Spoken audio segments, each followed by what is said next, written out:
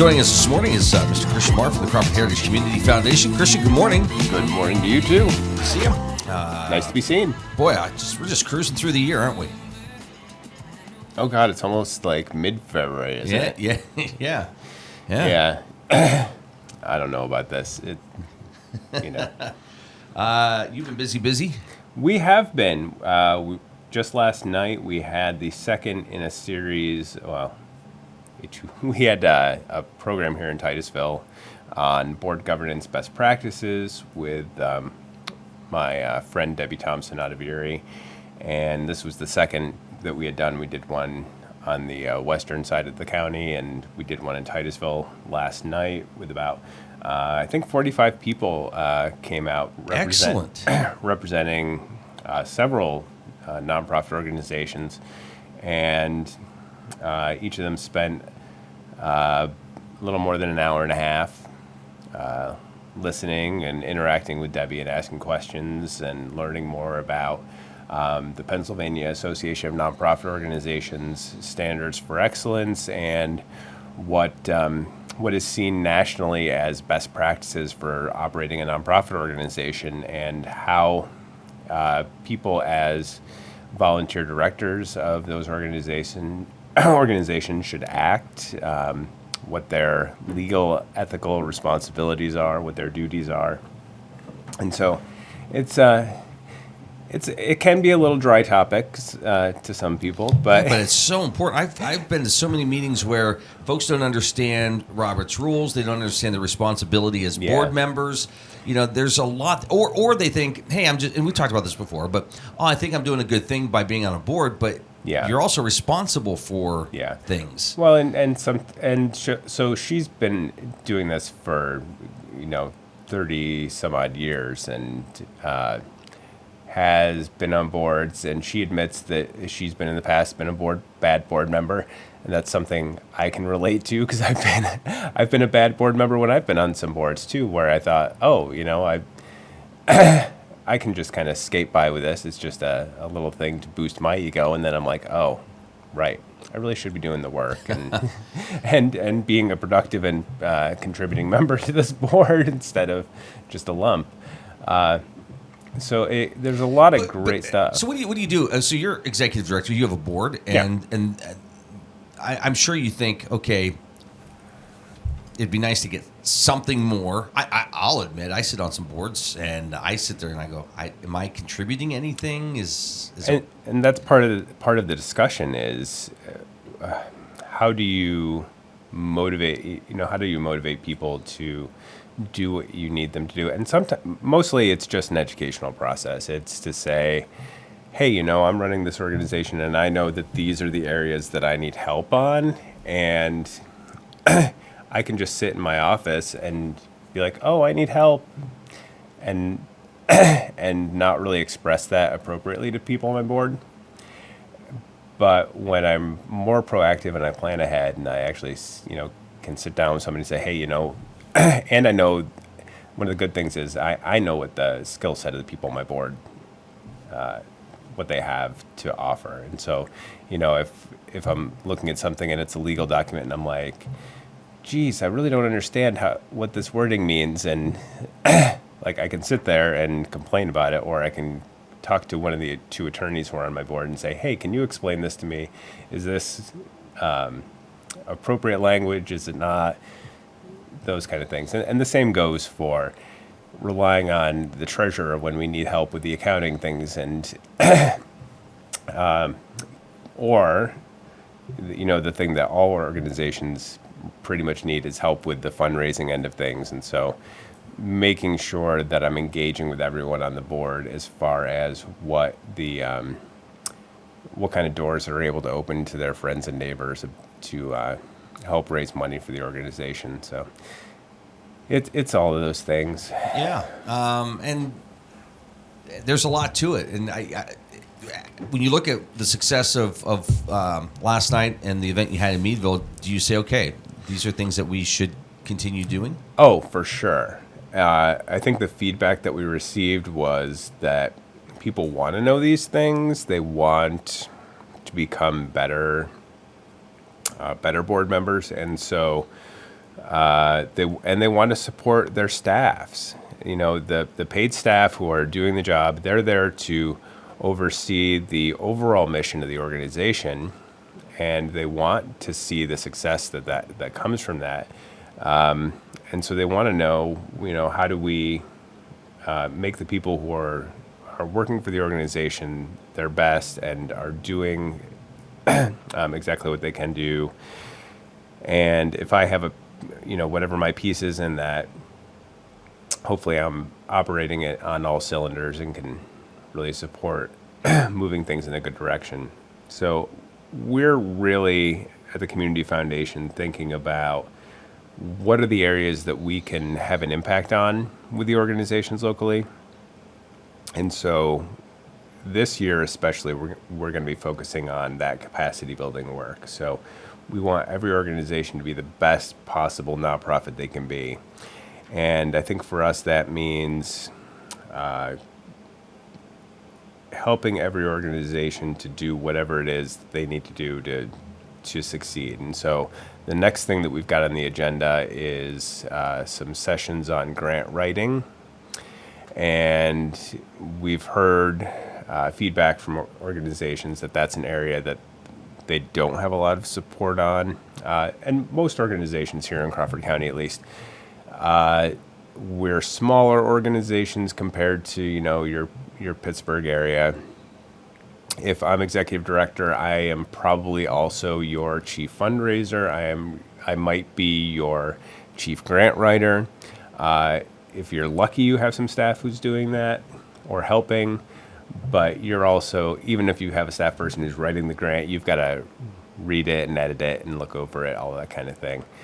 And you're doing whatever programming work or maybe you're taking the garbage out. And as I did last night, we left town square and I took a bag of trash over. So all of these things, you're chief cook and bottle washer sometimes, especially in an organization where your org structure is pretty flat. But talk about the importance of all of this, though. Not that you haven't been, but you're responsible for a lot of times people and their donations, right? They want to know they're investing into an organization they can trust that is going to be responsible. Right. All of this stuff helps in that department. And I think every organization has to explain what their value proposition is to their donors and report back. And I know that I'm not always as good at that as I would like to be because we're so short-staffed. And so, like you said, how do I engage my directors in that? Are they writing thank you letters to donors for me? Are they just writing a note to people after they've given a nice gift and saying, hey, we really do appreciate what you've done? All of those little things are a collaborative effort between the staff and the directors. And sometimes it takes a director going to the organization saying, hey, is that something I can do? I've heard that's a really good idea of things that can be done. And then you'll probably have an executive director at the nonprofit that you're on the board of fall down to their knees and thank you for thinking of ways to help them. So, yeah, there's a lot of things that we can do to strengthen the sector, and we're really hoping to do that. Last night we had a discussion about other trainings and things that we can bring to the area. So we really want feedback from the nonprofit community as to what they will value. One of the important things that we're going to do is a little bit of fundraising training and involving board members in fundraising, specifically geared to Crawford Gives. We want to see Crawford Gives grow this year. Not so much. Well, we want to see more money given overall. We're back at the office. I think we brought in about $750,000 last year, and so now back at the office, people are like, can we bring in $1 million for the 130 nonprofit organizations that are participating? Can we do that? And the way to do that really is to get the board of directors for each of these organizations on board to talk to their friends and say, hey, we've got this 3-day thing going on in August. People can go online with their credit card and make a gift. It's super simple.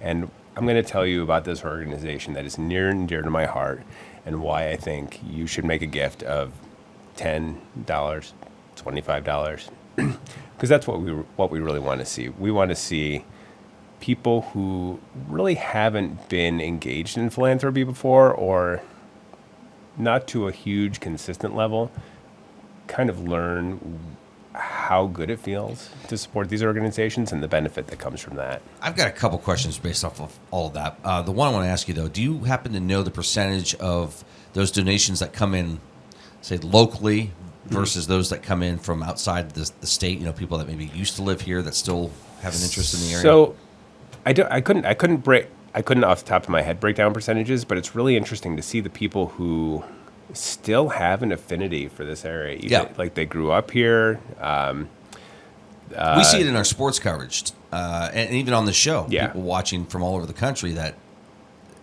still want to know what's going on. Oh, yeah.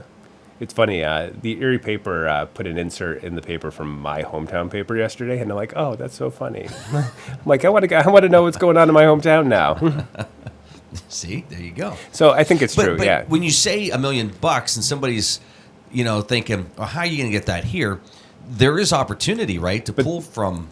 Well, exactly. And I say this to a lot of organizations locally who have, the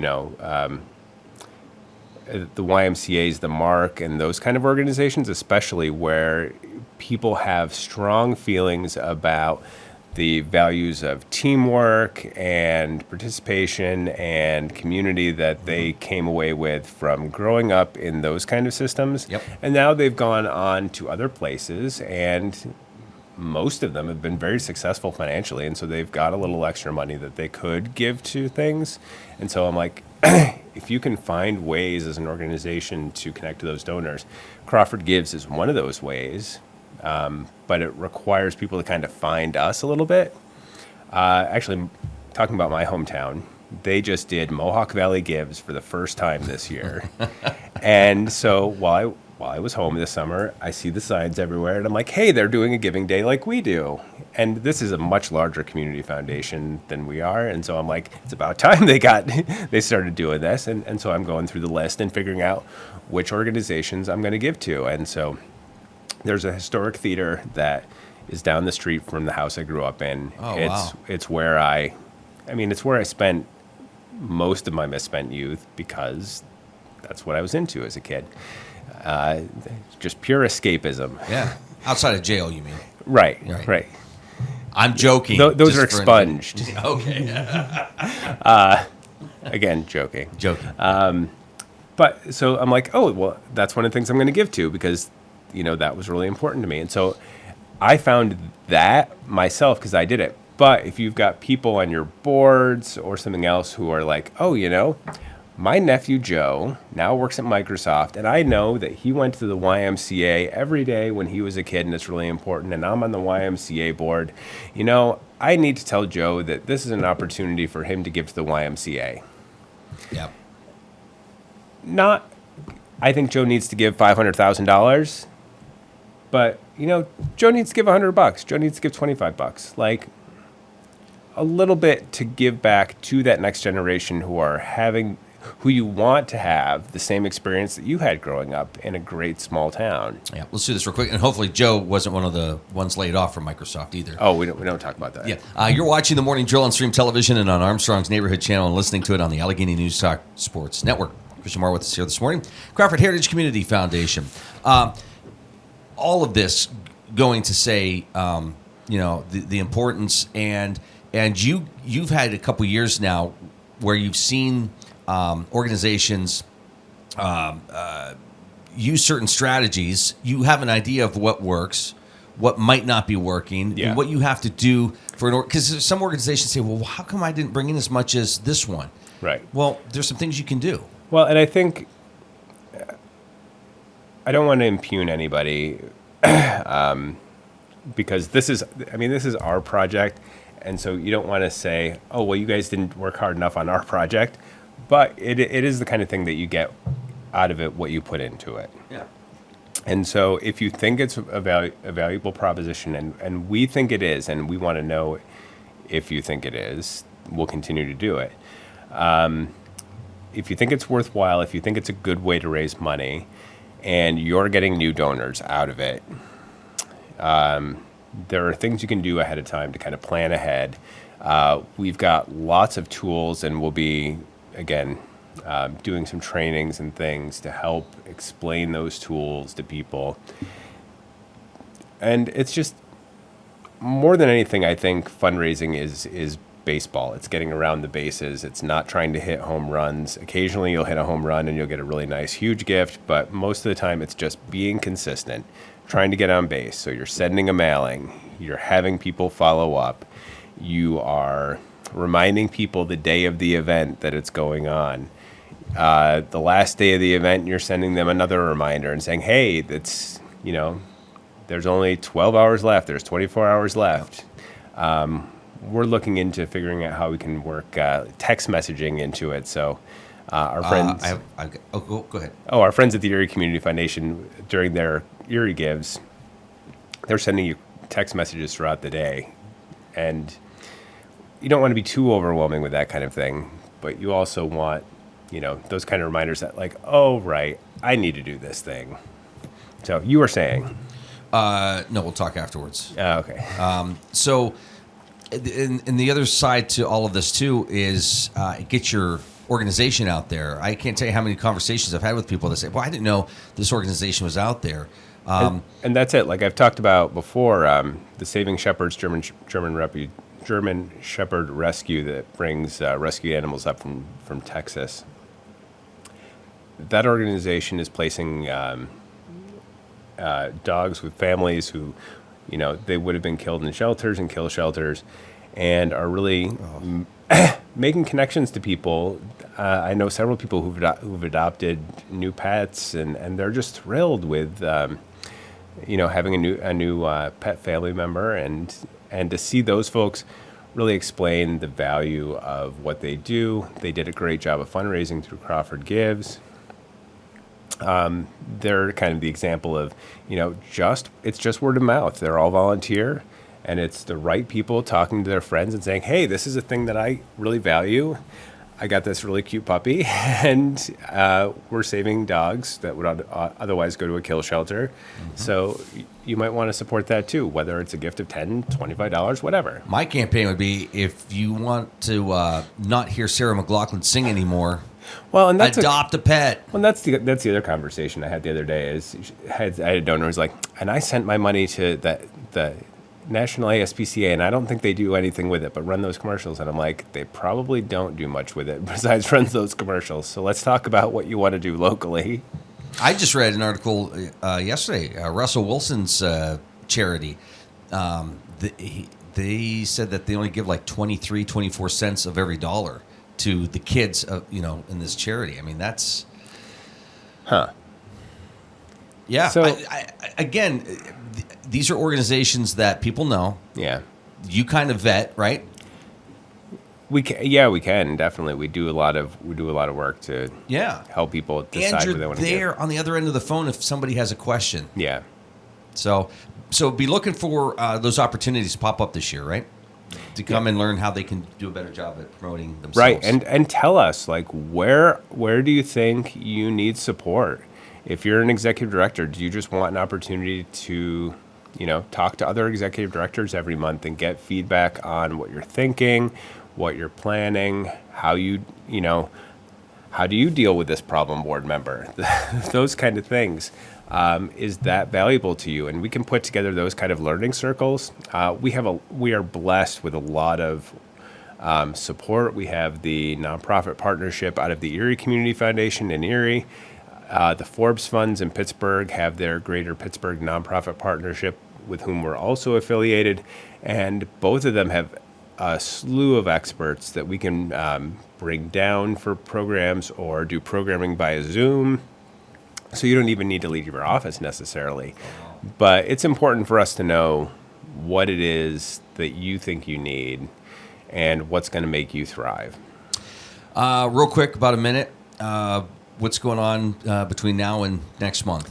Now next month, we're still doing scholarship applications. So if you have a graduating high school senior, especially, check out our scholarship application link.